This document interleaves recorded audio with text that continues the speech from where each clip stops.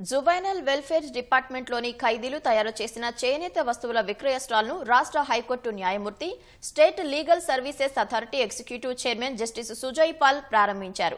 High court ఆవరణలో నిర్వహించిన కార్యక్రమంలో రాష్ట్ర హైకోర్టు సహచర న్యాయమూర్తులు సహా పలువురు వక్తలు పాల్గొన్నారు. ప్రారంభోత్సవం అనంతరం ఖైదీలు తయారు చేసిన చేనేత వస్తువులను న్యాయమూర్తులు స్టాల్ నుంచి కొనుగోలు చేశారు. ఈ ఆర్టికల్స్ అన్నీ కూడా జువెనైల్ హోమ్లో శిక్ష అనుభవిస్తున్నటువంటి పిల్లలు 17 సంవత్సరాలు పైబడినటువంటి పిల్లలు తయారు చేసినటువంటి ఆర్టికల్స్ని వాళ్ళ యొక్క ఫర్దర్ ప్రోగ్రెస్ కోసము ఈ స్టాల్ను ఏర్పాటు చేసి అమ్మకానికి పెట్టడం జరిగింది.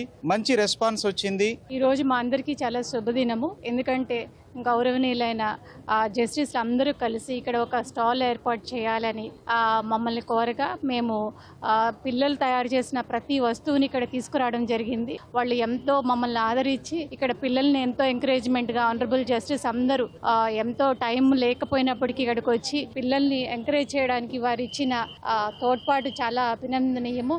అంతేకాకుండా జస్టిస్ గారు ఏం చెప్పారు అంటే ప్రతి ఇయర్ ఇట్లాంటి ఏర్పాటు చేయమని చెప్తున్నారు.